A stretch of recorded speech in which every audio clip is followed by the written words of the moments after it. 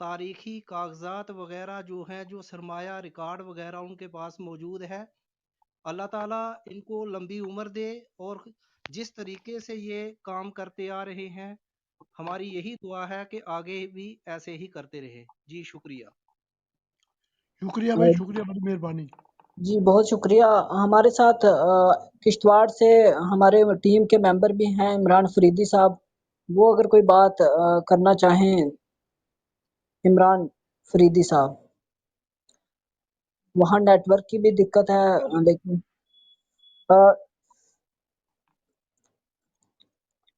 اب ہمارا پروگرام اختتام کی طرف بڑھ رہا ہے، تو زیادہ تاخیر نہ کرتے ہوئے تمام سامعین سے ایک بار گزارش کرتا ہوں کہ جو لوگ ہمارے پروگرام کا حصہ بننا چاہتے ہیں تو وہ ہماری ٹیم کو اور بالخصوص ہماری مہمان شخصیت کو فالو کر لیں، تاکہ جو ہمارے آئندہ پروگرامز ہوں گے ان کی نوٹیفیکیشنز آپ تک بہتر طریقے سے پہنچ سکے.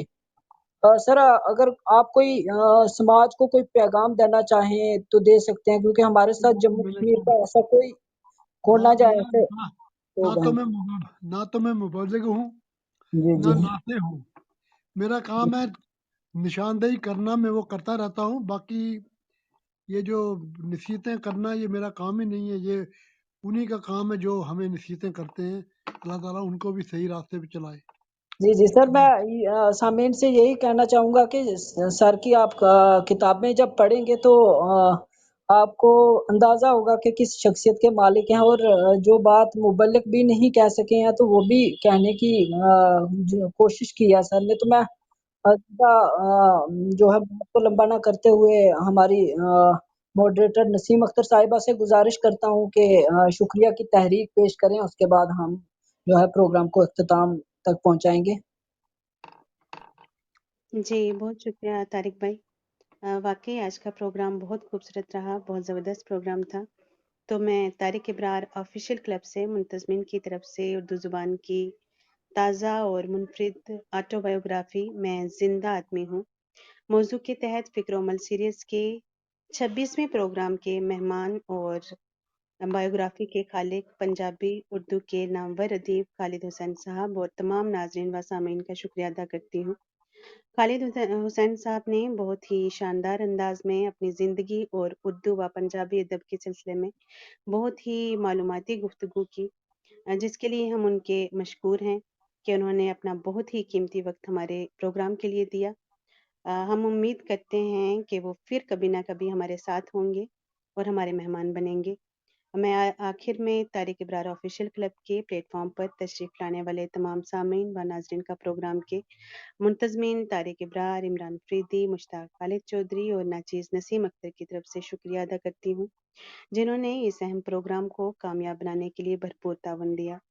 اس دعا کے ساتھ کہ اللہ تعالیٰ آپ سب کو سلامت رکھے، آمین یا رب العالمین. ایک بار پھر تمام آنے والے حضرات اور خاص طور سے ہمارے مہمان شخصیت کا شکریہ ادا کرتی ہوں. بہت شکریہ. جی بہت بہت شکریہ سر، آپ تشریف لائے اور تمام سامعین ہمارے ساتھ جڑے رہے. بہت بہت شکریہ سر. Thank you, okay.